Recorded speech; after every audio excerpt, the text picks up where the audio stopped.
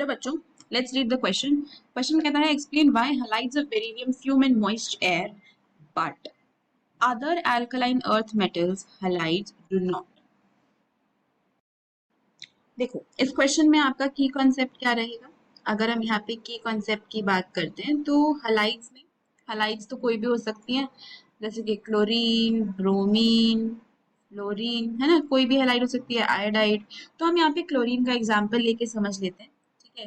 जैसे यहाँ पे मैं हैलाइड्स में क्लोराइड की बात करने वाली हूँ, तो जैसे BeCl2 जो है ये फ्यूम कर जाती है मॉइस्चर में, लेकिन बाकी के जो अल्कलाइन अर्थ मेटल हैलाइड्स हैं, जैसे कि चाहे वो मैग्नीशियम का हो, चाहे वो कैल्शियम का हो, चाहे वो बेरियम का हो, ये जो है ये फ्यूम नहीं करती, राइट। यही हमको यहाँ पे डिस्कस करना है। तो बेसिकली हमारा जो कॉन्सेप्ट हम यहाँ पे डिस्कस करने वाले हैं वो यही डिस्कस करने वाले हैं कि जो हैलाइड्स ऑफ बेरिलियम है they fume in moist air.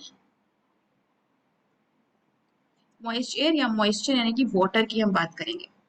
तो देखो, बेरिलियम क्लोराइड की बात करें, इससे पहले आप अल्कलाइन अर्थ मेटल्स देखो तो आपके यही होते हैं ना, beryllium, magnesium, calcium, strontium, barium, है ना। तो यहाँ पे क्या होता है, देखो बेरिलियम क्लोराइड जो है अगर आप इसकी बात करो तो it is a combination of beryllium hydroxide and HCl।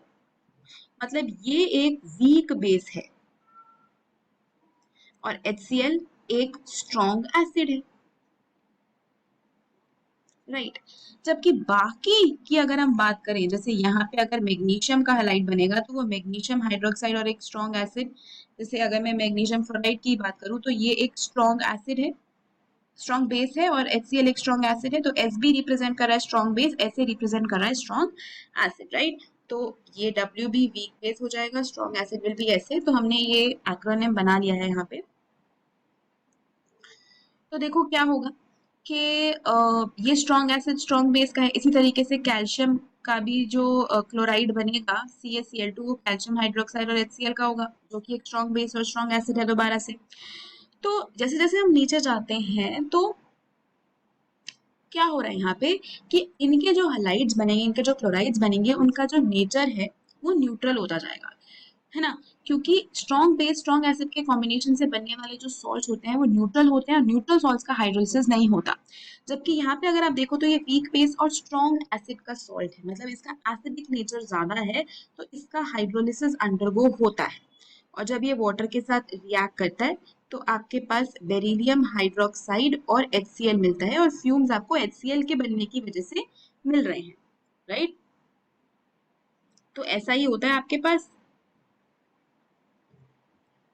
तो क्योंकि ये एक वीक बेस स्ट्रॉन्ग एसिड का सॉल्ट है, इसका हाइड्रोलिसिस हो पा रहा है, जबकि बाकी के जो हैलाइड्स हैं इनमें क्या होता है, ये हाइड्रोलाइज ही नहीं करते, ये मॉइस्ट एयर के साथ रिएक्ट ही नहीं करेंगे, राइट। क्योंकि ये न्यूट्रल टाइप के क्लोराइड्स हैं, न्यूट्रल टाइप के हैलाइड्स हैं, and they will not undergo hydrolysis, right.